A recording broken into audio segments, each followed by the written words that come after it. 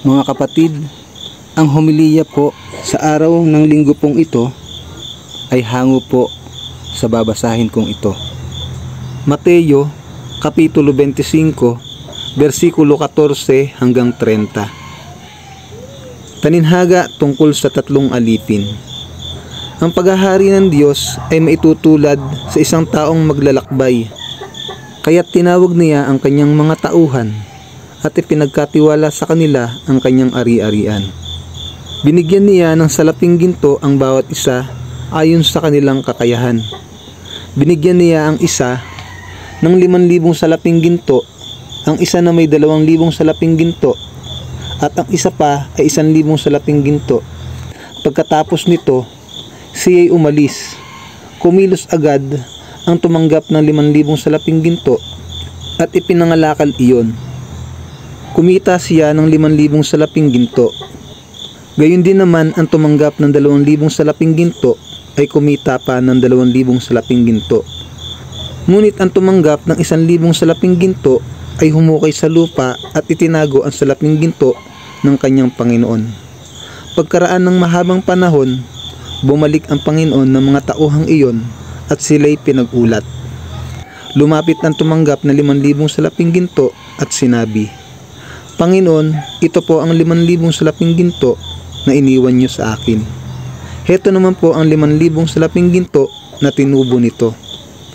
Sinabi sa kanya ng Panginoon, "Magaling, tapat at mabuting lingkod. Halika, makihati ka sa aking kagalakan. Naging tapat ka sa kakaunting halaga, kaya gagawin kitang tagapamahala ng malaking halaga." Lumapit din ang tumanggap ng 2,000 salaping ginto at ang sabi, "Panginoon, ito po ang iniwan ninyo sa aking 2,000 salaping ginto. Heto naman po ang 2,000 salaping ginto na tinubo nito."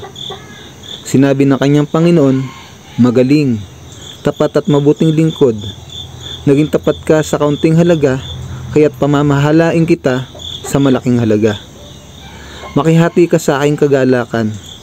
Lumapit naman ang tumanggap ng 1,000 salaping ginto at sinabi, "Alam ko pong kayo'y mahigpit at pinapipitas ninyo ang bunga ng hindi nyo itinanim at inaani ninyo ang hindi ninyo inihasik.